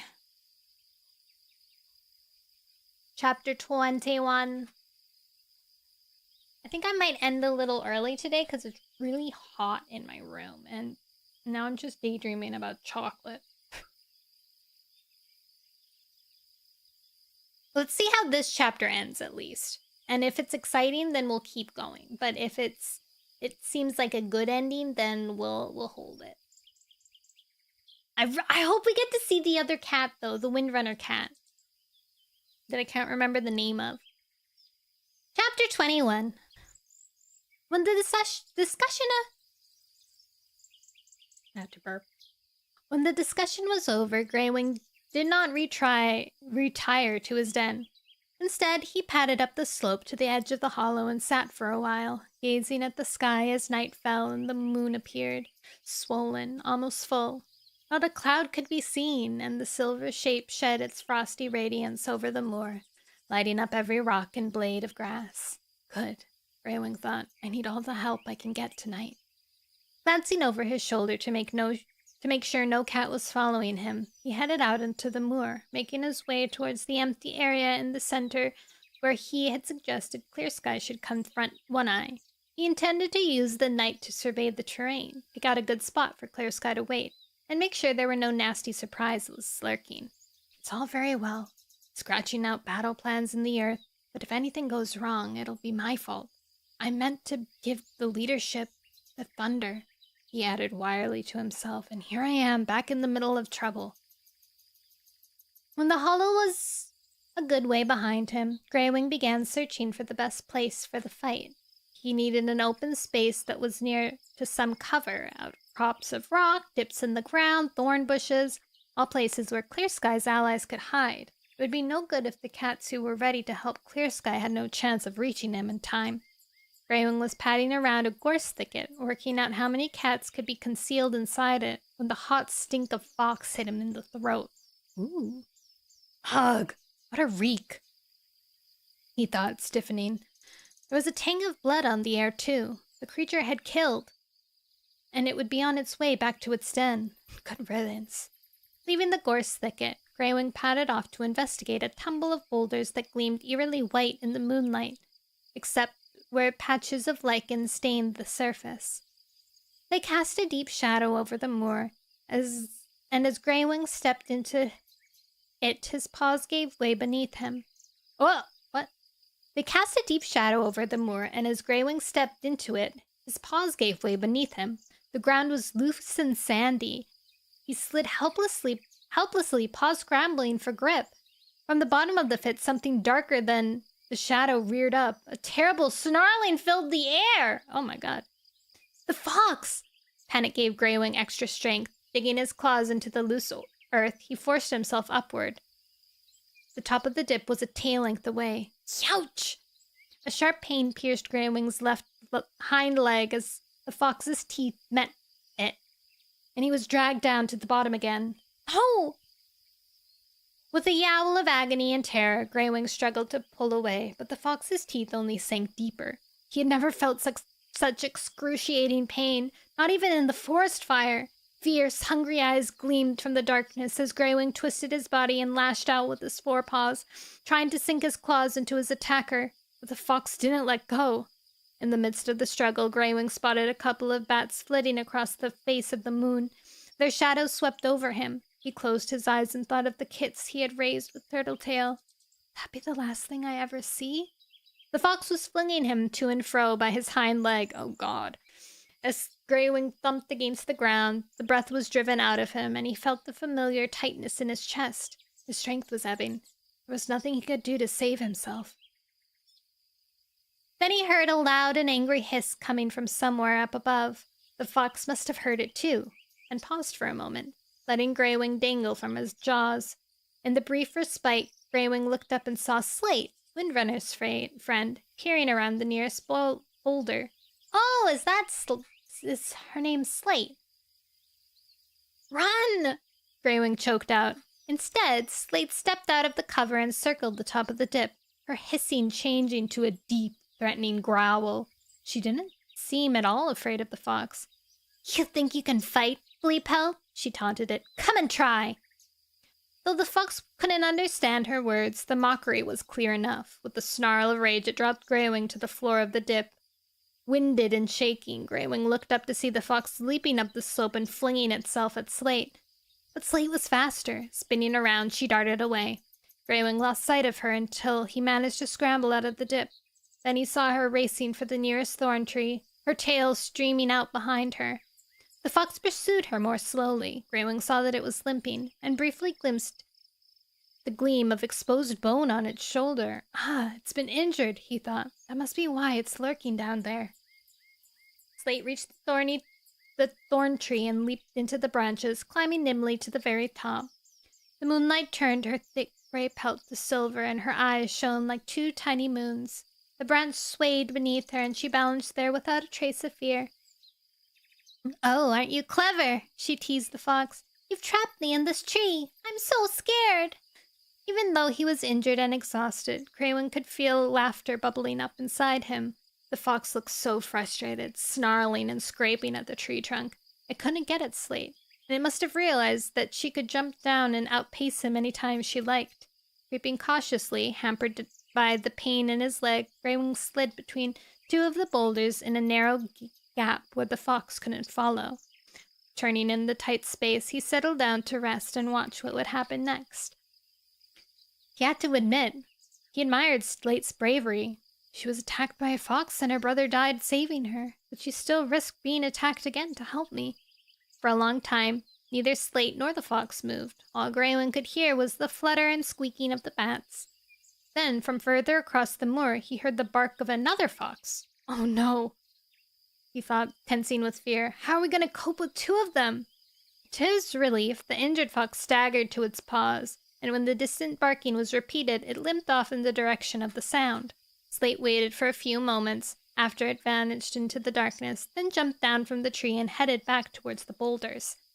Gathering his strength, Greywing crawled out of his hiding place to meet her. Thank you, he exclaimed. You were great. Slate padded past him without a pause, and Greywing gazed after her. Bemused, she cast a glance over her shoulder. Follow me, she called.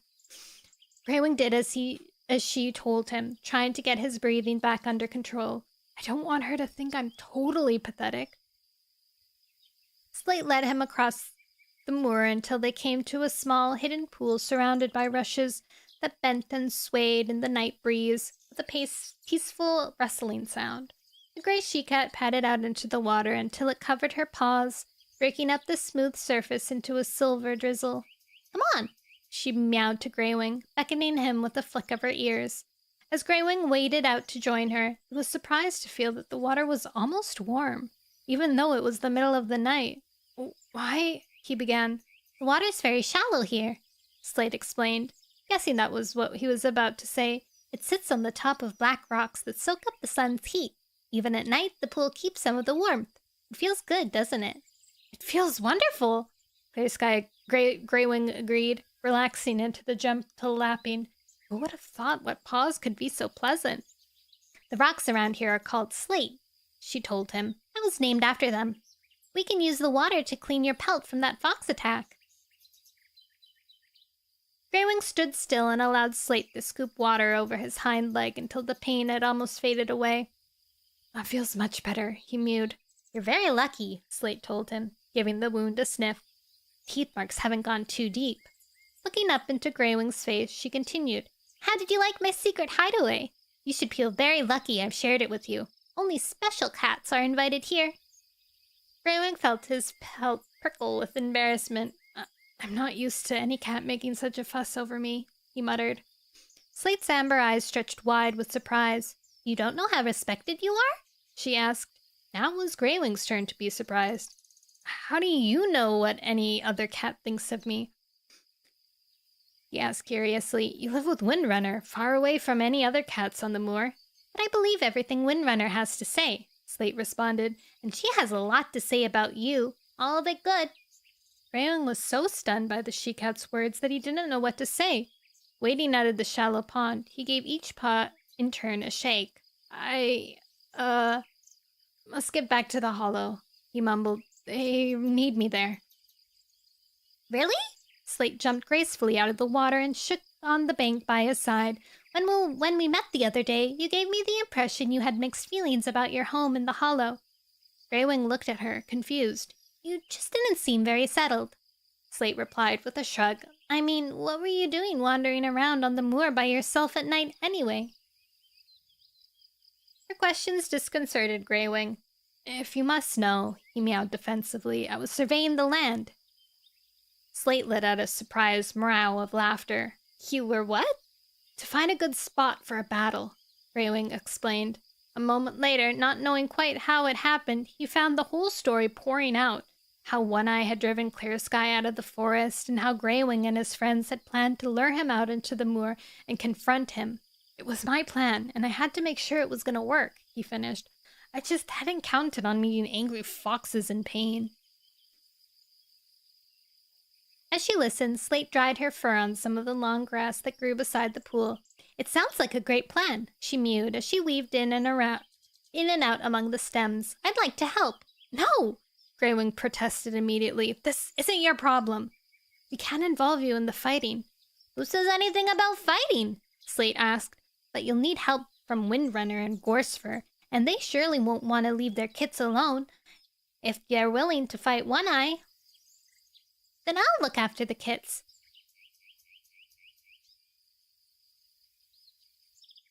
You had thought about their kit safety, hadn't you? Yes, I had, Greywing spluttered, realizing that he had not. I'd be so grateful if you'd take care of them while we fight, he went on, his head hanging in shame. Will I ever have any reason to stop thanking you for help? I don't seem very capable without you. Of course you are, Slate reassured him. She made her way over to him and touched his shoulder with her tail tip. Which cat came up with the whole plan to defeat One Eye? You! Come on, she continued. I'll walk with you back to your hollow. You know, the place you love so much. Greywing felt curiosity, peaceful,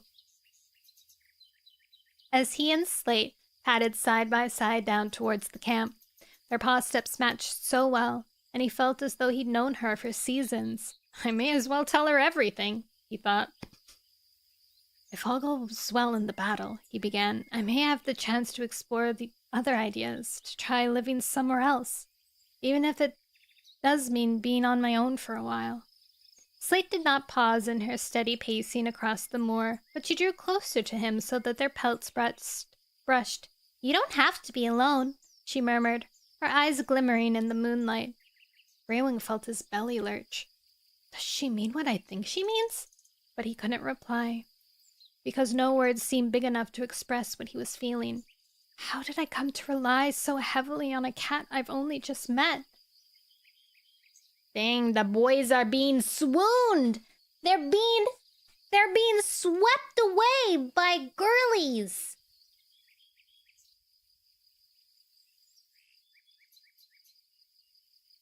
I think that's a good place to stop.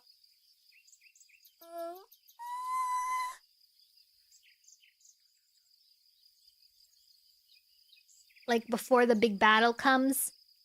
So soon! I know, I'm really tired. I think I have to go shopping. So soon? So sad. I know, it's an hour earlier than I usually am. But we might be able to finish next week then. What is next week? Okay, next week isn't when I'm gone. Mwah! Thank you for this stream. Thank you for listening and hanging out and indulging me in my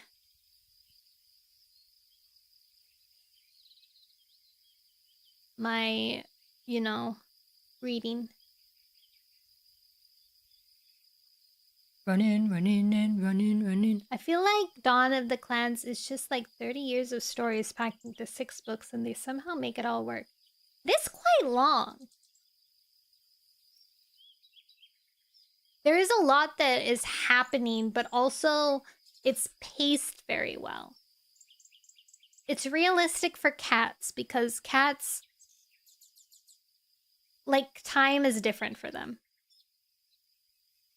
Only a year ago. Yeah. Well, maybe it's been 2 years. I think it's been 2 years because they've been through Leaf Bear twice. And now they're on their 3rd Leaf Bear. That's what I am remembering. This is year 3, which is still a lot.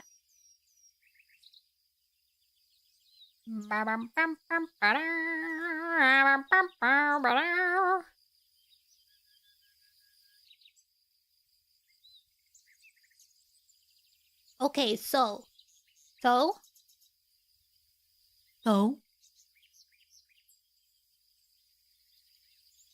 You looked up how old Greywing was, right? I don't think I did.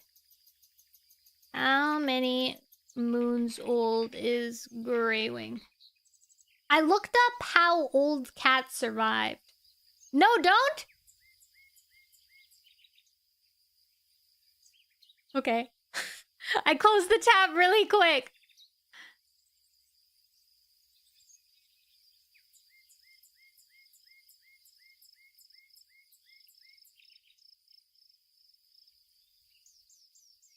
Just wait until you finish the series before you do. Okay. That I can do. You'll spoil the end. That's true. I would spoil.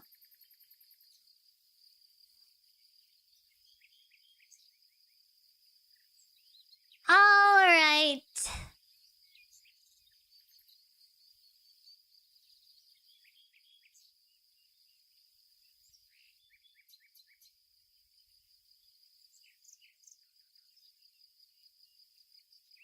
Sorry, I got distracted. I totally zoned out. Alright, guys, I'm not gonna raid to anyone because I'm too lazy to look up somebody. But yes, see you next week then! Thank you for hanging out. And anyone else who's still sticking around to listen to me in the background. Hi, Phil! Might see you later on Minecraft anyways, but